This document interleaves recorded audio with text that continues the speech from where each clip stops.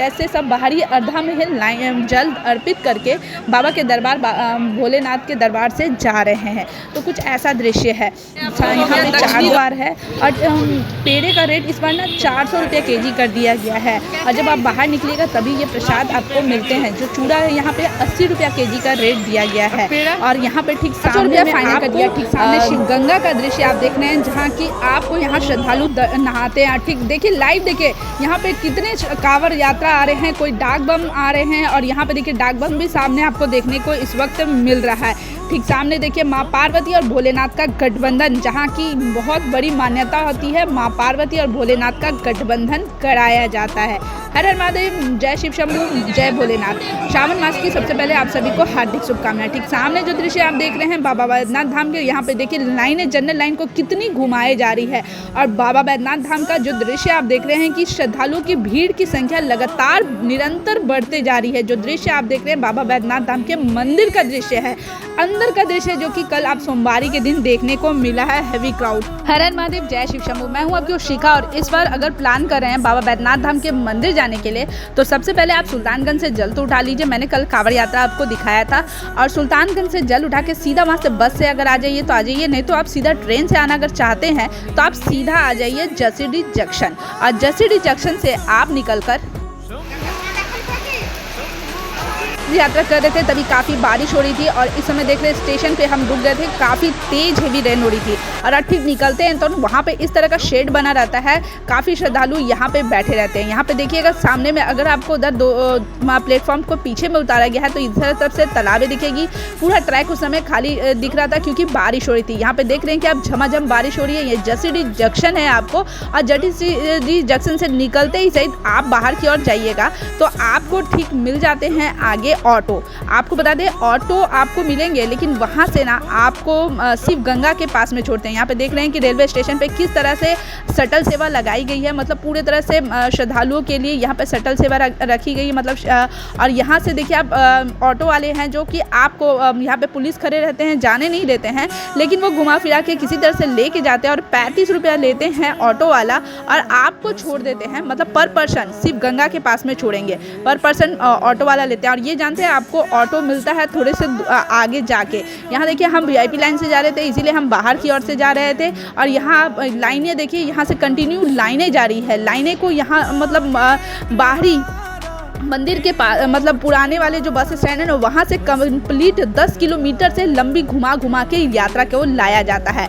तो श्रद्धालुओं को इस तरह से घुमाया जाता है चारों तरफ से। अगर आप जनरल लाइन में हो तो, अगर आप वीआईपी दर्शन करना चाहते हैं तो आप शिवगंगा के पास में चल जाइए। शिवगंगा के पास में वहाँ पर देखिएगा आपको शीघ्र दर्शन का वहीं पर से गेट देखने को मिल जाता है। यहाँ पर देखिए आप, हम दक्षिणी द्वार से घुस रहे थे तो इस साइड से आप घुसिएगा, चाहे पूर्वी द्वार से भी घुस सकते हैं। तो आपको ठीक कुएँ के पास में इधर साइड से गेट मिलती है, वहाँ पे आप चल जाइए। वीआईपी इस तरह से कार्ड मिलते हैं आपको, 600 रुपया पर पर्सन के हिसाब से मिलते हैं और यहीं से आपकी लाइनिंग स्टार्ट हो जाती है।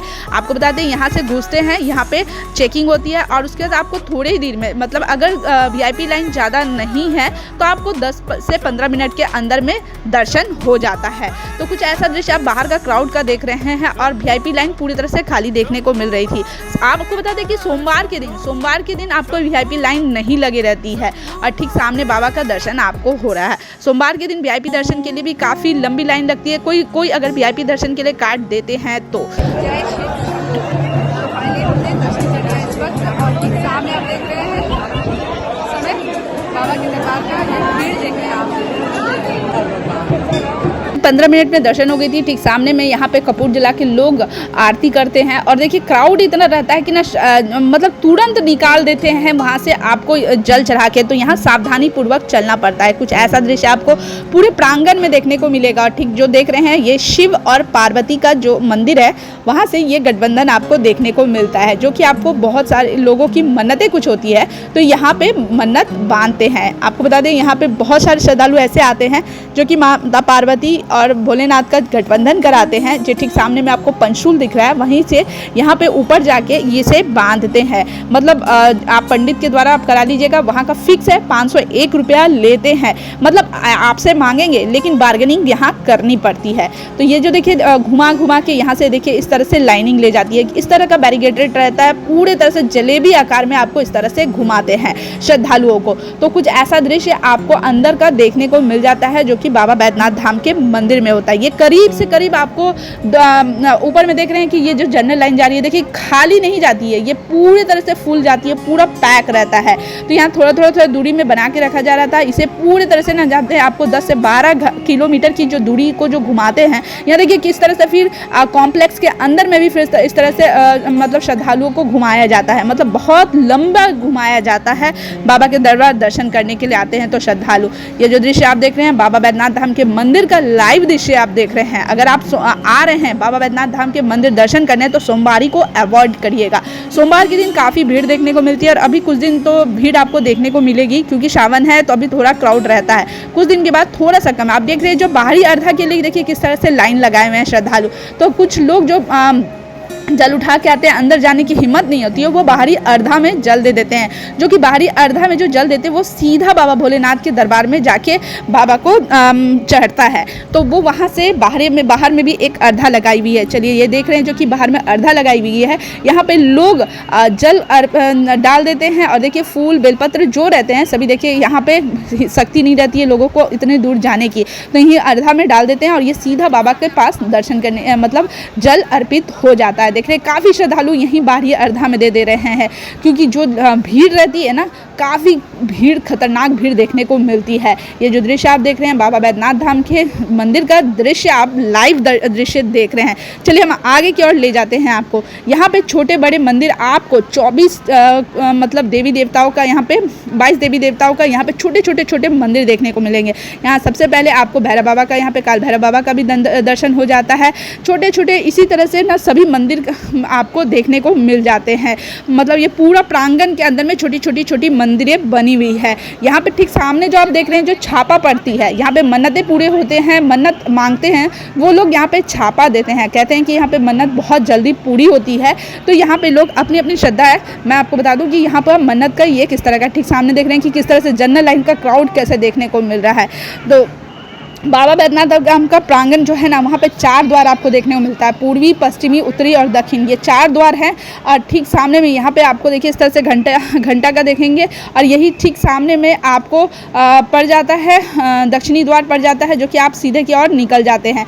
ठीक ऊपर में देख रहे हैं कि जा रहे हैं कोई श्रद्धालु जा रहे हैं जो कि मतलब कोई पंडित जा रहे हैं जो कि ऊपर से आपको ऊपर माता रानी का मतलब ये गठबंधन करते हैं। ये ठीक सामने दक्षिणी द्वार देखने को मिल रहा है। तो चलिए अब हम आपको लेके चलते हैं आगे की ओर। आगे की ओर जब आप निकलते हैं दर्शन करके, मंदिर के पास आपको प्रसाद काउंटर मिल जाता है जो कि 80 रुपया इस बार प्रशासन ने फिक्स किया है। चूड़ा का और पेड़ा का 400 रुपया केजी से स्टार्ट है। तो कुछ ऐसा रेट है।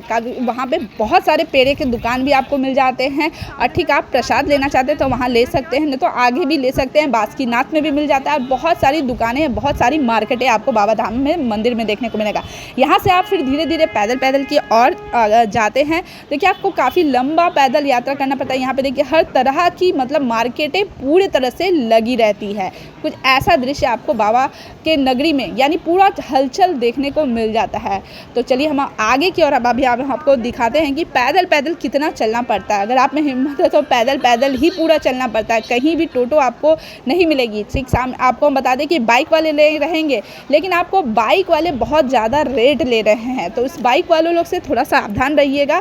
प्रशासन भी बोल रही है कि बाइक वालों से थोड़ा सावधान रहिए, क्योंकि मनमाने ढंग से बाइक वाले पैसे भी मांग रहे हैं और आपको बता दें जगह पे उतारते भी नहीं हैं।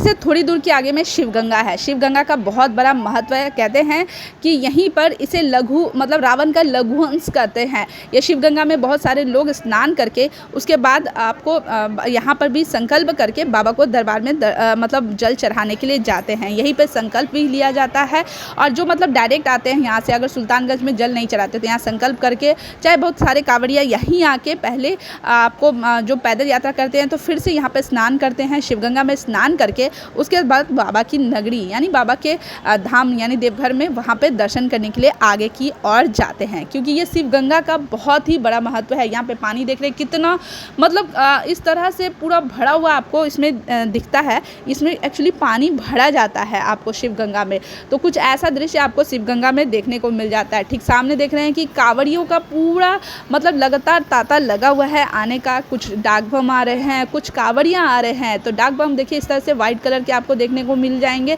उनके ऊपर में डाक बम लिखा रहता है, उनका रजिस्ट्रेशन अलग से होता है। ये देख रहे हैं किस तरह से श्रद्धालु आ रहे हैं बाबा के दरबार दर्शन करने के लिए। तो ये कुछ ऐसा दृश्य आपको कल बाबा के नगरी में देखने को मिला। आप जाइएगा दरबार में तो इसी तरह का दृश्य आपको देखने को मिलता है। हाँ, यहाँ पे ध्यान रखिएगा, जेब कतरों से ध्यान रखिएगा, ठगे वालों से ध्यान रखिएगा और किसी की बातों में ना आइएगा, क्योंकि कुछ मतलब यहाँ पे साथ साथ में ये सब भी देखने को मिलते हैं। हाँ, और ध्यान रखिएगा आपको पैदल काफ़ी चलना पड़ेगा। पूरे रास्ते आपको कांवड़िया देखने को मिल जाते हैं। ठीक सामने जो दृश्य आप देख रहे हैं रात का, अगर हो सके तो आरती का दृश्य जरूर देखिएगा। लाइटिंग बहुत ही सुंदर रहती है रात में।